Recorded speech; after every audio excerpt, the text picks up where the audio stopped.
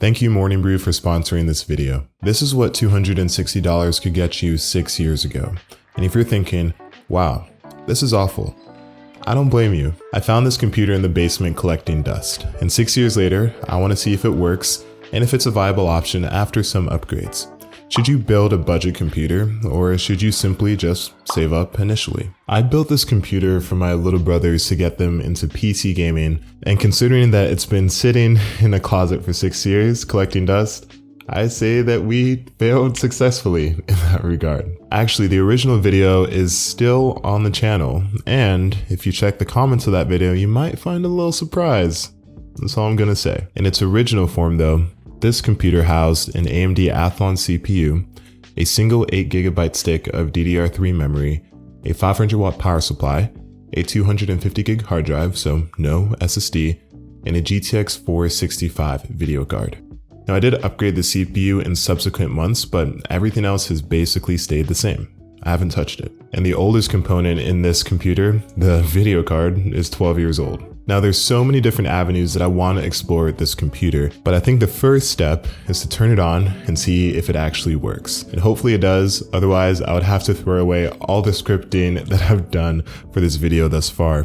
So future Ozzy, you're watching this, you better be crossing your fingers and hoping that it works. But before that, I would like to thank the sponsor of this video, Morning Brew. Morning Brew turns daily news from a dry chore into an engaging and witty read. They send you daily newsletters covering business, tech, finance, and world events. And the best part is that they're completely free. I've been subscribed for about 11 months now, and it's kept me in the loop without turning to a traditional news network or social media. I read their newsletters during breakfast, and it only takes a few minutes. One thing that I learned this past week is that 2022 is apparently the year of huge video game acquisitions. Sony plans on buying Bungie for almost $4 billion. Microsoft unveiled their plans to buy Activision for almost $70 billion. And then Take-Two is buying Zynga, the creator of Farmville, for like $12.5 billion. I can't even keep track. Nonetheless, it's interesting to see how lucrative the video game business is becoming, especially since being a gamer was considered an insult like a decade ago. Times have changed. Anyway, if you're interested in business, tech, finance, or world events, check out Morning Brew. Completely free, takes like 15 seconds to subscribe, and you can use the link in the description. All right, back to the video.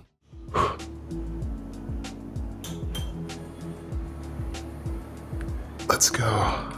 It works. This is so good. 8.1. Oh my goodness.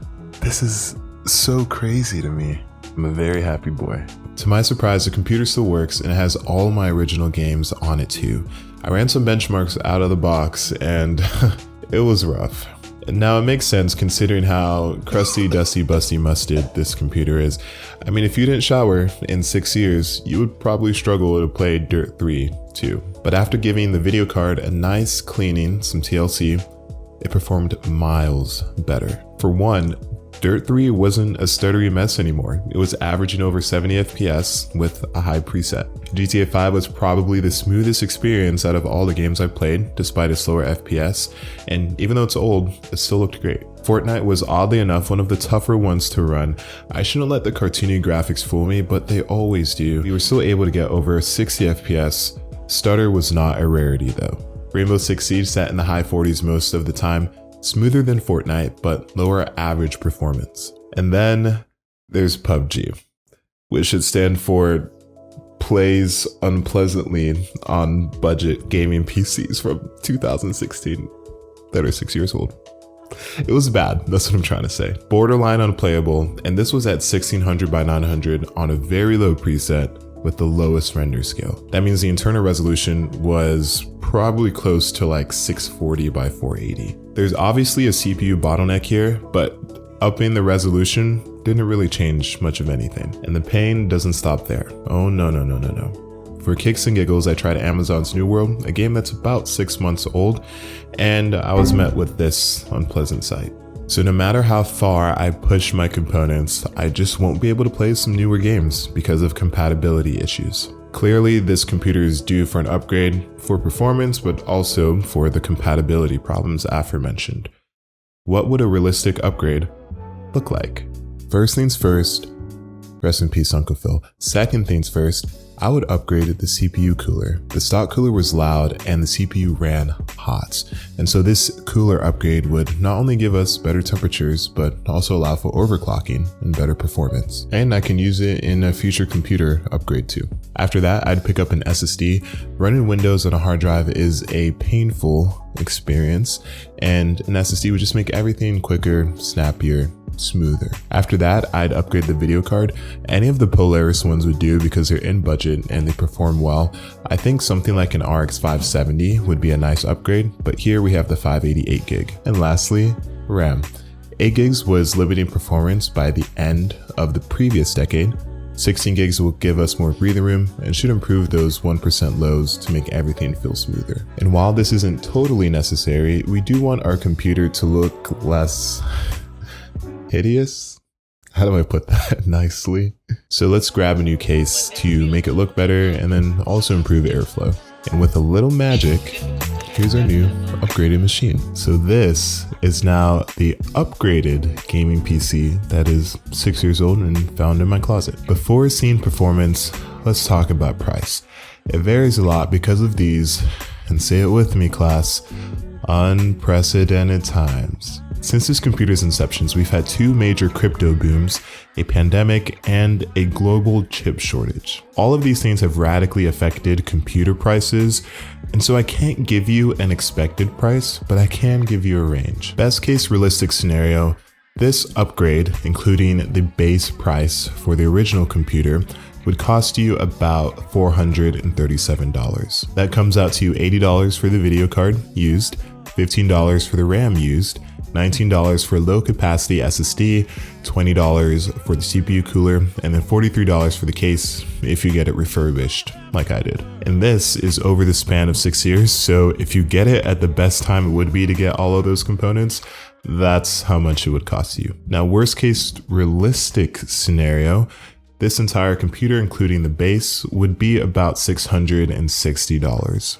That's $230 for the video card brand new, about $30 for brand new RAM, about $40 for the SSD depending on the capacity and then also when you buy it, $30 for the CPU cooler, and then about $70 for a brand new model of the case that I got. The price difference between those two is just over $200, and that's not minuscule. That can mean a CPU upgrade, that can mean a video card upgrade, it can mean a lot of different things. We'll talk about that later, but for now, how does this epic, beautiful, beastly upgrade computer perform?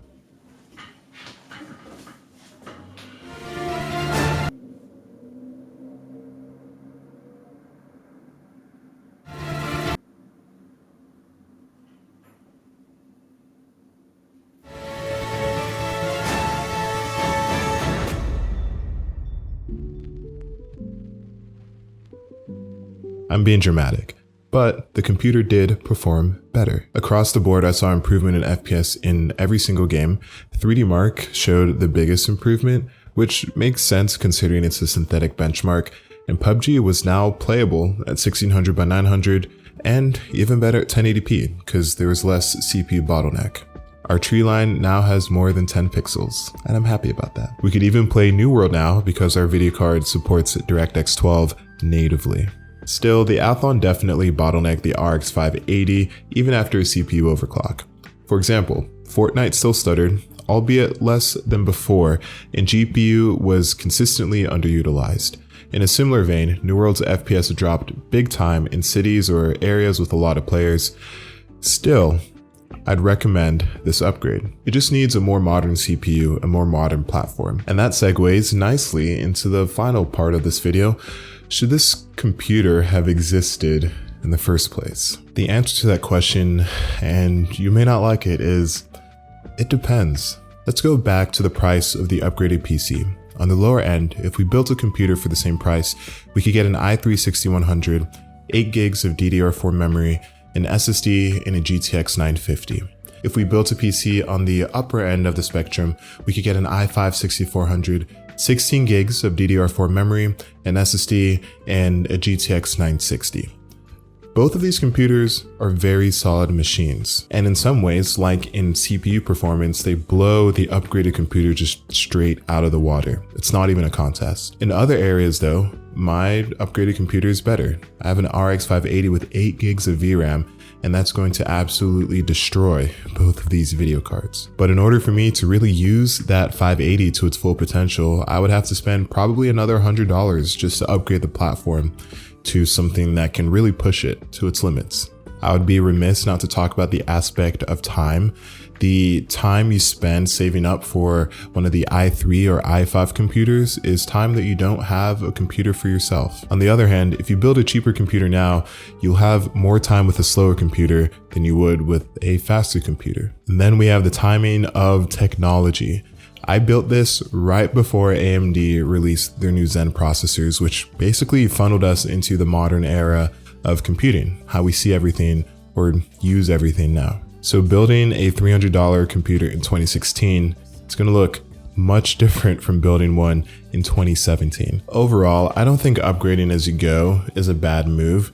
Tech naturally gets cheaper over time. And so spending $500 on a computer over the course of 3 years, you're probably going to get about the same value if you just spent $500 right then and there. If you guys like this video, then leave a like. If you guys loved it, share, subscribe, all of that stuff really helps me out.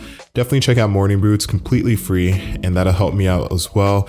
It's also a product that I genuinely use every day, so I can definitely speak to the quality that it brings. And like I mentioned earlier, there is a little surprise if you can find the video where this computer was originally showcased. You don't want to miss out on that, so reminder. Let me know what you guys think, if you should buy now or upgrade as you go. I definitely think there's caveats and great things to both, but let me know in the comments, and I think I'll see you guys in the next video. Yeah. Peace. We did it. Ooh. Oh, yeah.